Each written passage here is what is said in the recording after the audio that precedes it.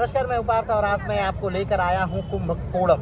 और कुंभकोणम के जिस स्थान पर आज हम स्थित हैं, इसे कहते हैं महामहम तालाब।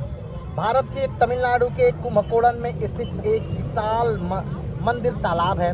इसे तमिलनाडु के सबसे प्रमुख और सबसे बड़े मंदिर तालाबों में से एक माना जाता है। तालाब में आयोजित होने वाले महिमामय उत्सव में 1 लाख आगंतुक आते हैं और 12 साल में एक बार होने वाले महामहम उत्सव में करीब 2 मिलियन आगंतुक आते हैं और इस तालाब में बड़ी श्रद्धा से नहाते हैं। यहाँ के विषय में कई दंत कथाएँ भी हैं। कहा जाता है कि उत्तरी तट के मंडप में तुला पुरुषदान का एक शिलालेख है, जो सोने के खुद को तौलने की एक प्रथा है। यह समारोह विभिन्न समयों जैसे विषु एक युग की शुरुआत और अंत ग्रहण और मकर संक्रांति के दौरान मनाया जाता है। समारोह आमतौर पर मंदिरों, नदियों और तालाबों जैसे पवित्र स्थानों पर किया जाता है। इस प्रकार तौले गए सोने की मात्रा योग्य पुरुषों में वितरित की जाती है। हिंदू किंवदंती के अनुसार प्रत्येक युग के अंत के बाद पृथ्वी पर मनुष्यों द्वारा किए गए पापों के लिए हिंदू भगवान शिव के क्रोध के कारण पूरी दुनिया जलाशय में डूब जाती है। सृष्टि से हिंदू देवता ब्रह्मा ने वर्तमान कलयुग की शुरुआत के दौरान दुनिया को फिर से बनाया। शिव ने घोषणा की कि पिछले युग के अंत के बाद एक दिव्य बर्तन एक पवित्र स्थान पहुंचेगा। बर्तन कई हिस्सों में टूट गया और चारों ओर बिखर गया, जो शहर के कई मंदिरों का कारण बन गया। कुंभेश्वर, सोमेश्वर, काशी विश्वनाथ, नागेश्वर, कामता विश्वनाथ, अभिकुमेश्वर, गौतमेश्वर, बनिपुरेश्वर, बराह, लक्ष्मी नारायण, सारंगपति, चक्रपाणी और वरदराज। ब्रह्मा ने शिव से प्रार्थना की कि ये पवित्र अवसर पर तीर्थयात्रियों को तालाब में जाने की अनुमति दे। शिव ने मांग स्वीकार कर ली और माना जाता है कि ये विष्णु और अन्य दिव्य देवताओं के साथ तालाब के केंद्र में पहुंचे।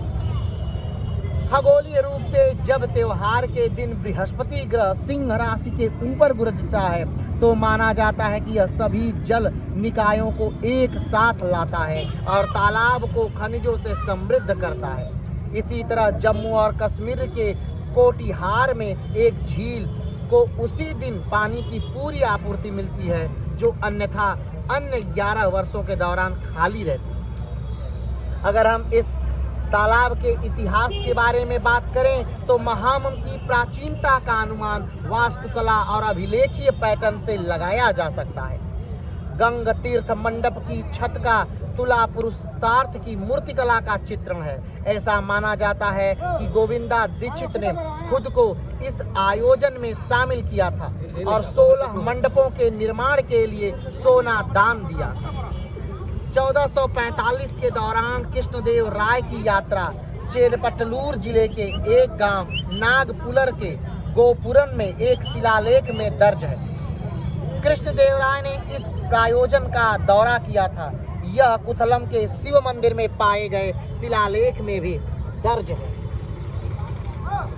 यह तालाब कुंभकोणम शहर के मध्य में स्थित है। यह 21 एकड़ के क्षेत्र में फैला हुआ है और आकार में समलंबाकार है। तालाब 16 मंडपों से घिरा हुआ है और तालाब के अंदर 21 कुएं हैं। कुओं के नाम हिंदू भगवान शिव या भारत की नदियों के नाम पर रखे गए हैं। तंजावुर के रघुनाथ नायक के सरदार गोविंद दीक्षित ने इस तालाब के चारों ओर 16 मंडप और पत्थर की सीढ़ियां बनवाई।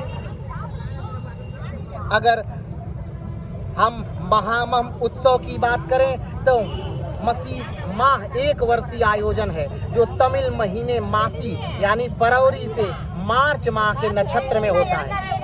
12 वर्षों में एक बार जब ग्रह गुरु सिंह राशि में प्रवेश करते हैं, तब दक्षिण भारत का कुंभ मेला त्योहार महामाहम टैंक में मनाया जाता है। इस सरोवर का नाम महामाहम सरोवर भी या महामाहम टैंक भी कहा जाता है। टैंक में डुबकी लगाने के लिए कुंभकोणम में विशाल भीड़ इकट्ठा होती है।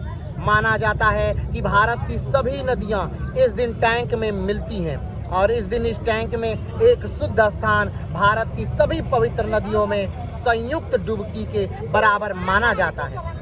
कुंभकोणम के सभी मंदिरों से उत्सव देवता टैंक में पहुंचते हैं और दोपहर के समय सभी देवता भक्तों के साथ स्नान करते हैं। वैसे तो इस टैंक का और इस तालाब का और यहाँ की मंदिरों का बड़ा ही अपना अलग महत्व है, लेकिन फिर भी अगर एक मूल बात में एक बात कही जाए तो वो ये है कि इस तालाब में एक बार डुबकी लगाने का मतलब है कि भारत की सारी नदियों में हमने डुबकी लगा दी।